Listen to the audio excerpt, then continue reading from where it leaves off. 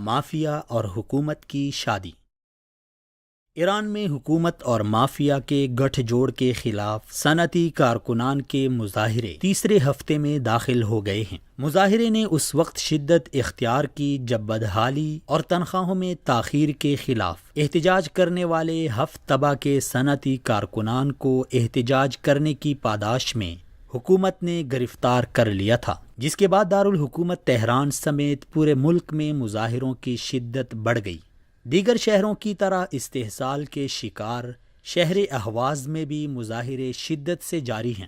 ہفتہ 24 نومبر کو اہواز میں حکومت اور مافیا کے گٹھ جوڑ کے خلاف شدید مظاہرے ہوئے، جن میں مظاہرین نے مافیا اور حکومت کے گٹھ جوڑ کو ان کا ناجائز نکاح قرار دے دیا۔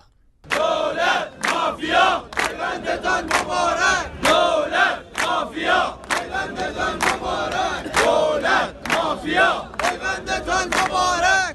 مظاہرین کے مطابق مافیا سے مراد با اختیار ولی فقیہ سید علی خامنائی اور اس کے مقاربین ہیں، جبکہ حکومت سے مراد ڈاکٹر حسن روحانی کی بے اختیار حکومت ہے۔ عوام کے مطابق دونوں نے مل کر عوام کی زندگی کو اجیرن کر رکھا ہے۔ اسی لیے مظاہرین نے اٹھائے ہوئے کتبوں پر لکھا تھا کہ مافیا اور حکومت کو شادی مبارک ہو۔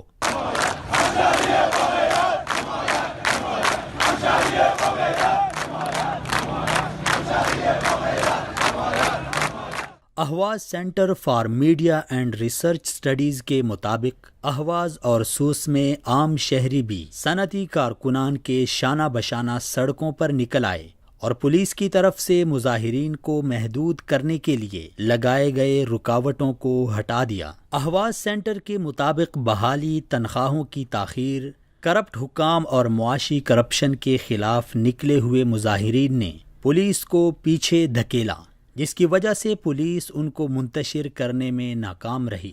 مظاہرین سے یکجہتی کرنے کے لیے دارالحکومت تہران میں واقع طباطبائی یونیورسٹی کے طلباء نے بھی بدحالی، غربت اور آغائی حکام کی غلط پالیسیوں کے سبب پیدا ہونے والی لاچاری کے خلاف احتجاج کیا اور ملک میں جاری بحران کا ذمہ دار ولایتی فقیہ کے آغائی ٹولے اور کٹھ پتلی حکومت کو قرار دیا۔